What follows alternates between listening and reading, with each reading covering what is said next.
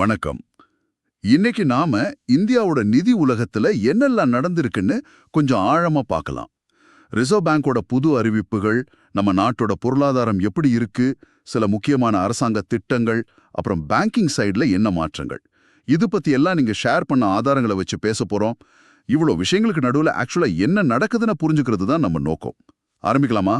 கண்டிப்பா. இந்திய பொருளாதாரம் இப்போ ஒரு மாதிரி ரொம்ப சுறுசுறுப்பான கட்டத்துல இருக்கு. நிறைய மாற்றங்கள், புது முயற்சிகள் வந்துகிட்டே இருக்கு. இந்த தகவல்கள் எல்லாம் எப்படி ஒன்னோட ஒன்னு கனெக்ட் ஆகுது, இதோட பெரிய பிக்சர் என்ன, அத பத்தி பேசலாம்.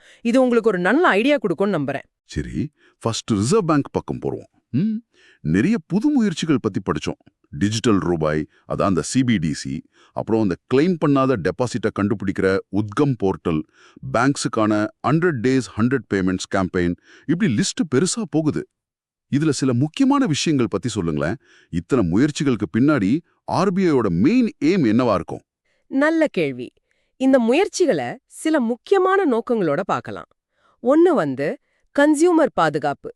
நீங்க சொன்னீங்கல்ல, உத்கம் போர்ட்டல், அது ஒரு நல்ல உதாரணம். வருஷக்கணக்கா பேங்க்ல கிடக்கிற பணத்தை அதோட ஓனர்ஸோ இல்லனா வாரிசுதாரங்க ஈஸியா கண்டுபிடிக்க இது ஹெல்ப் பண்ணுது. அதே மாதிரி இந்த இன்டிகிரேட்டட் ஆம்பட்ஸ்மேன் ஸ்கீம், அப்புறம் கம்ப்ளைண்ட் மேனேஜ்மெண்ட் சிஸ்டம், அதாவது சிஎம்எஸ் போர்ட்டல், இதெல்லாம் உங்களுக்கு பேங்க் சர்வீஸ்ல ஏதாவது பிரச்சனைனா கம்ப்ளைண்ட் பண்றதை ரொம்ப சிம்பிள் ஆக்கியிருக்கு. ஓஹோ, அப்ப சாதாரண மக்களோட நலனுக்கு முக்கியத்துவம் கொடுக்கறாங்களா? ஆமா, அது ஒரு முக்கியமான நோக்கம். இன்னொரு பாத்தீங்கன்னா, நம்ம நிதி அமைப்போட ஸ்டெபிலிட்டியை உறுதி பண்றது, அப்புறம் அதை சரியா கண்காணிக்கிறது. இதுக்காக தக்ஷ் TAKSH அப்படின்னு ஒரு அட்வான்ஸ்ட் சூப்பர்வைசரி சிஸ்டமா ஆர்பிஐ யூஸ் பண்றாங்க. தக்ஷ்? ஆமா, DAKSH. இது பேங்க்ஸோட செயல்பாடுகளை ரியல் டைம்ல மானிட்டர் பண்ணும். ஏதாவது சிக்கல் வர மாதிரி இருந்தா முன்கூட்டியே தெரியும். அப்புறம் பிரிசம் PRISMன்னு ஒன்னு இருக்கு. இது மூலமா ரிஸ்க் பேஸ்ட் சூப்பர்விஷன் பண்றாங்க. அதாவது எந்த பேங்க்ல ரிஸ்க் அதிகமோ அங்க கூடுதல் கவனம். ஓ, டெக்னாலஜியை யூஸ் பண்ணி மானிட்டரிங்கை இம்ப்ரூவ் பண்றாங்க.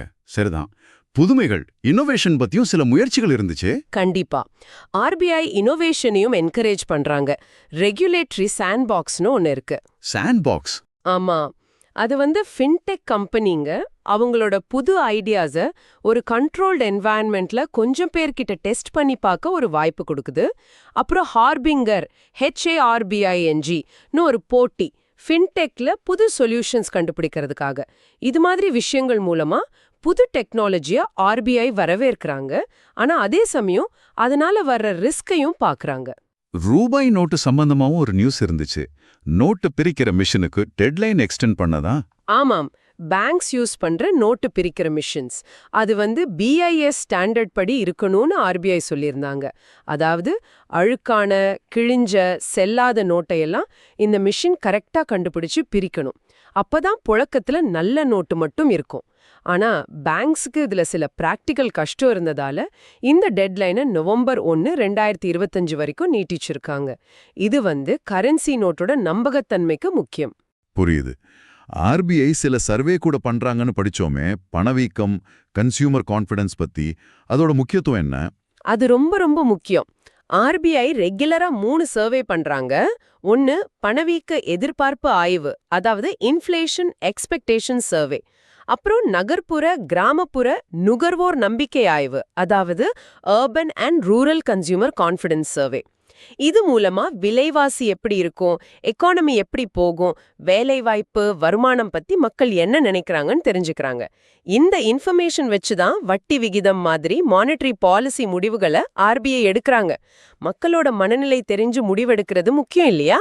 ஆமா, கரெக்ட். ரொம்ப தெளிவா புரியுது. சரி, இப்போ எக்கானமியோட மத்த ஏரியாவுக்கு போவோம். ஏற்றுமதியில பெரிய வளர்ச்சி இருக்குன்னு நியூஸ் சொல்லுதே. உண்மைதான். 2024-25 ஃபினான்ஷியல் இயர்ல, அதாவது ஏப்ரல் 2024லேருந்து மார்ச் 2025 வரைக்கும் இந்தியாவோட மொத்த goods and services exports $824.9 billion. இது ஒரு புது ரெக்கார்ட். இதுக்கு முந்தின வருஷத்தை விட $778.1 பில்லியன், 6% மேல் அதிகம். உலக அளவுல ட்ரேடு கொஞ்சம் ஸ்லோவா இருந்தாலும் இந்தியா இந்த வளர்ச்சி அடைஞ்சிருக்கிறது குறிப்பிடத்தக்கது.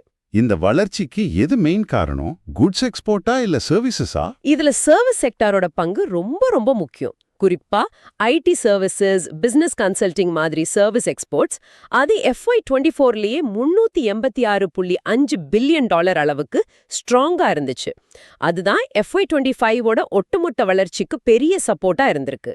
குளோபல் எக்கானமில சர்வீசஸ்க்கான டிமாண்ட் அதிகமாயிக்கிட்டே இருக்கு. அது இந்தியாவுக்கு சாதகமா இருக்கு. மைனிங் செக்டார்லயும் நல்ல growth இருக்குன்னு டேட்டா காட்டுதே.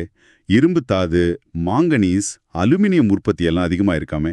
ஆமா, அதையும் நோட் பண்ணணும். 2024-25ல முக்கிய மினரல்ஸ் உற்பத்தி நல்லாவே உயர்ந்திருக்கு. இரும்பு தாது உற்பத்தி சுமார் 289 மில்லியன் டன் தாண்டி புது உச்சம் தொட்டிருக்கு. 4.3% வளர்ச்சி. மாங்கனீஸ் தாது உற்பத்தியும் 11.8% அதிகமாயும் 3.8 மில்லியன் டன், அதுவும் ஒரு புது ரெக்கார்டு. பாக்சைட், அதாவது அலுமினியத்தோட மூலப்பொருள், அதோட உற்பத்தியும் 2.9% அதிகம். பிரைமரி அலுமினியம் உற்பத்தி 42 லட்சம் டன், இதுவும் ஒரு புது ஹை. ரிஃபைன்டு காப்பர் உற்பத்தியும் 12.6% அதிகரிச்சிருக்கு. இவ்ளோ பெரிய வளர்ச்சிக்கு என்ன காரணம்? டொமஸ்டிக் டிமாண்டா? கண்டிப்பா உள்நாட்டு தேவைதான் முக்கிய காரணம். குறிப்பா infrastructure projects, construction, automobile, steel, energy செக்டர்ஸ்ல டிமாண்ட் அதிகமா இருக்கு. அதனால இந்த மினரல்ஸ் உற்பத்தி அதிகமாகுது. உலக அளவுலயும் இந்தியா இதுல முக்கியமான இடத்துல இருக்கு. அலுமினியம்ல நாம 2வது இடம், இரும்புத்தாதுல 4வது இடம், ரிஃபைன்டு காப்பர்ல டாப் 10க்குள்ள இருக்கும். இது நம்ம இண்டஸ்ட்ரியல் பலத்தை காட்டுது. சரி, இப்போ நாம எல்லாரும் அதிகமா யூஸ் பண்ற டிஜிட்டல் பேமெண்ட்ஸ் பக்கம் வருவோம். யூபிஐயோட வளர்ச்சி அப்பா பிரமிக்க வைக்குது. யூபிஐ QR கோட்ஸ் மட்டும் ஒரே வருஷத்துல 91.5% வளர்ந்து கிட்டத்தட்ட 658 மில்லியனை தாண்டிடுச்சான். ஆனா அதே நேரம் கிரெடிட் கார்டு டிரான்சாக்ஷன் growth 7.94% ரொம்ப கம்மியாயிடுச்சு. டெபிட் கார்டு growth 2.7%, அதை விட கம்மி. இந்த பெரிய ஷிஃப்ட் ஏன் நடக்குது? இதுக்கு நிறைய காரணம் இருக்கு. முக்கியமா பாத்தீங்கன்னா யூபிஐ ரொம்ப சிம்பிள், ரொம்ப ஃபாஸ்ட். ஒரு QR கோடை ஸ்கேன் பண்ணி செகண்ட்ஸ்ல பணம் அனுப்ப முடியுது. அது பெரிய வசதி. கூகுள் பே, ஃபோன்பே, பேடிஎம் மாதிரி ஆப்ஸ் இத மக்கள்கிட்ட சீக்கிரமா கொண்டு போயிடுச்சு. கடைகள்ல சின்ன சின்ன வியாபாரிங்க கிட்ட கூட QR கோடு இருக்கு. அது இன்னொரு காரணம். அப்புறம் பேங்க்ஸும் யூபிஐ நெட்வொர்க்ல ஜாயின் பண்றது அதிகமாகிட்டே வருது. ஏப்ரல் 2025 வரைக்கும் 668 பேங்க்ஸ் இதுல இருக்கு. இதனால யூபிஐ யூசேஜ் இன்னும் அதிகமாகுது. அப்போ மக்கள் கார்ட்ஸை விட யுபிஐ தான் அதிகமா விரும்புறாங்கன்னு சொல்லலாமா? புள்ளி விவரம் அதான் சொல்லுது. ஆர்பிஐ ரிப்போர்ட் படி 2023-24 ஃபினான்ஷியல் இயர்ல நடந்த மொத்த டிஜிட்டல் டிரான்சாக்ஷன்ல கிட்டத்தட்ட 80%, ஆமா 79.7% வந்து யூபிஐ மூலமா தான் நடந்திருக்கு. இதுக்கு முந்தின வருஷம் FY23 அது 73.4% இருந்துச்சு. 4 வருஷம் முன்னாடி FY20ல வெறும் 36.8% தான். இந்த அசுர வளர்ச்சி யூபிஐயோட ஆதிக்கத்தை தெளிவா காட்டுது. மார்ச் 2025ல மட்டும் யூபிஐ டிரான்சாக்ஷன் வேல்யூ கிட்டத்தட்ட 24.77 லட்சம் கோடி ரூபாய். வாவ், நம்பவே முடியல. இதை என்கரேஜ் பண்ண வேற என்ன ஸ்டெப்ஸ் எடுக்கறாங்க? ஆர்பிஐ வந்து ஹர் பேமெண்ட் டிஜிட்டல், அதாவது எவ்ரி பேமெண்ட் டிஜிட்டல்னு ஒரு கேம்பெயின் மூலமா டிஜிட்டல் பேமெண்ட்ஸை புஷ் பண்றாங்க. அப்புறம் கடைகள்ல பண்ற யூபிஐ டிரான்சாக்ஷனுக்கான லிமிட்டை தேவைக்கேத்த மாதிரி மாத்திக்க நேஷனல் பேமெண்ட்ஸ் கார்ப்பரேஷன் ஆஃப் இந்தியாவுக்கு ஆர்பிஐ பர்மிஷன் கொடுத்திருக்காங்க. இது மர்ச்சன்ட்ஸ்க்கு ஹெல்ப்ஃபுல்லா இருக்கும். இன்னொரு முக்கியமான விஷயம், NEFT, RTGSல பணம் அனுப்பும்போது பெனிஃபிஷரி பேரை செக் பண்ற வசதி, நேம் லுக்அப் ஃபெசிலிட்டி, இது ஏப்ரல் 1, 2025க்குள்ள வரப்போகுது. இதனால தப்பான அக்கவுண்ட்க்கு பணம் அனுப்புற ரிஸ்க் குறையும். ஆமா, இது ரொம்ப யூஸ்ஃபுல்லா இருக்கும். சரி, அடுத்ததா கவர்மெண்டோட சில முக்கியமான சேமிப்பு சோஷியல் செக்யூரிட்டி ஸ்கீம்ஸ் பத்தி பேசலாம். ஸ்மால் சேவிங் ஸ்கீம்ஸோட வட்டி விகிதத்துல ஏதாவது சேஞ்ச் இருக்கா? ஜூலை செப்டம்பர் 2025 குவார்ட்டருக்கு பாத்தீங்கன்னா பெரும்பாலான ஸ்கீம்ஸ்ல வட்டி விகிதம் மாறல. குறிப்பா senior citizen saving scheme SESS, அப்புறம் பொன் குழந்தைங்களுக்கான சுகன்யா சம்ரித்தி யோஜனா SSY ரெண்டுமே 8.2% வட்டியோட கண்டினியூ ஆகுது. இது நல்ல ரிட்டர்ன். லாங் டேர்ம் சேவிங்ஸ்க்கு பாப்புலரான பப்ளிக் ப்ராவிடென்ட் ஃபண்ட் PPF வந்து 7.1%ல இருக்கு. கிசான் விகாஸ் பத்ரா KVP பணத்தை 115 மாசத்துல டபுள் ஆக்குற ஸ்கீம், அது 7.5% வட்டியில தொடருது. இந்த ஸ்கீம்ஸோட மெயின் பர்பஸ் என்ன? ஒவ்வொன்றுக்கும் ஒரு ஸ்பெசிஃபிக் பர்பஸ் இருக்கு. PPF வந்து டாக்ஸ் பெனிஃபிட்டோட லாங் டேர்ம்க்கு சேமிக்க ஹெல்ப் பண்ணுது. சுகன்யா சம்ருத்தி பொன் குழந்தைங்களோட படிப்பு, கல்யாண செலவுக்கு சேமிக்க என்கரேஜ் பண்ணுது. SCSS சீனியர் சிட்டிசன்ஸ்க்கு ரிட்டையர்மெண்ட்ல ஒரு ஸ்டெடியான இன்கம் கொடுக்குது. KVP வந்து ஒரு குறிப்பிட்ட பீரியட்ல உங்க இன்வெஸ்ட்மெண்ட்டை டபுள் ஆக்க ஒரு ஆப்ஷன். இது எல்லாமே சேஃபான இன்வெஸ்ட்மெண்ட் வழிகள். சரி, அடுத்தது ஜன் சுரக்ஷா ஸ்கீம்ஸ். அதான் life insurance, accident insurance, pension தர ஸ்கீம்ஸ், PMJJBY, PMSBY, APY பத்தி. கண்டிப்பா. May 9, 2015ல ஆரம்பிச்ச இந்த 3 ஸ்கீமும் சோஷியல் செக்யூரிட்டில ரொம்ப முக்கியம். பிரதான் மந்திரி ஜீவன் ஜோதி பீமா யோஜனா PMJJBY. இது வருஷத்துக்கு வெறும் 436 ரூபாய் பிரீமியத்துல 2 லட்சம் ரூபாய் லைஃப் இன்சூரன்ஸ் கொடுக்குது 18-50 வயசு வரை. ஏப்ரல் 2025 வரைக்கும் இதுல 23 கோடி பேருக்கு மேல சேர்ந்திருக்காங்க. 18,000 கோடிக்கு மேல கிளைம்ஸ் கொடுத்திருக்காங்க. அடுத்தது பிரதான் மந்திரி சுரக்ஷா பீமா யோஜனா PMSBY.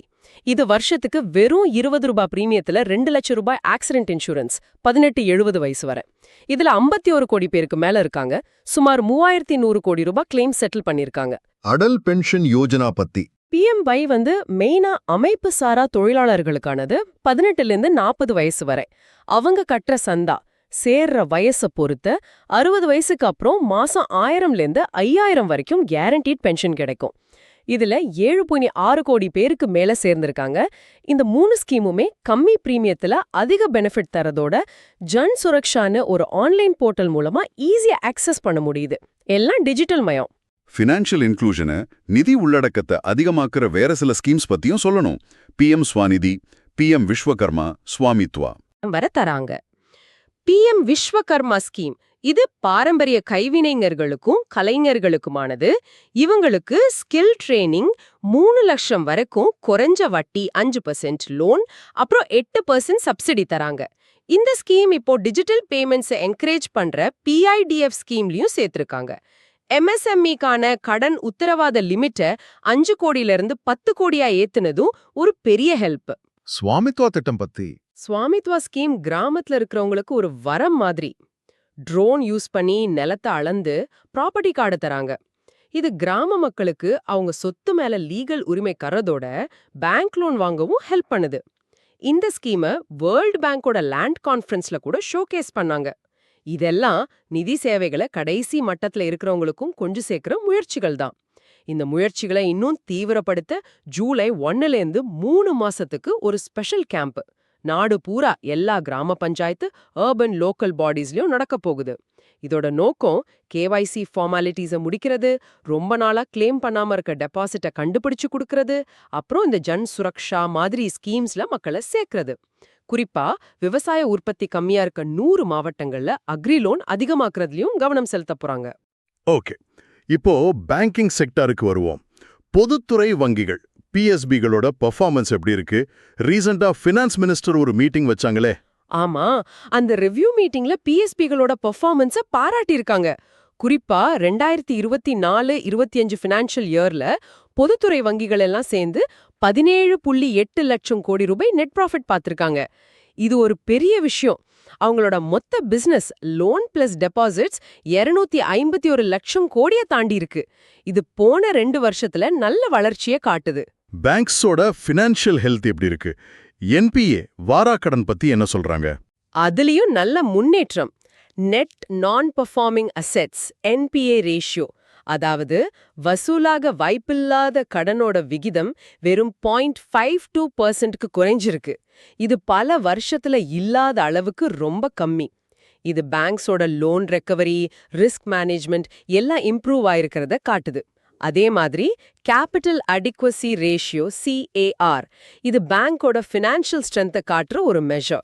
அது 16.15% ஸ்ட்ராங்கா இருக்கு.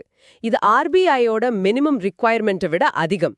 இதனால பேங்க்ஸ் தாராளமா லோன் கொடுக்க முடியும், எக்கானமி growthக்கு ஹெல்ப் பண்ண முடியும். இது நல்ல நியூஸ். ஆனா சில பேங்க்ஸ்க்கு RBI ஃபைன் போட்டதாகவும் நியூஸ் வந்துச்சு.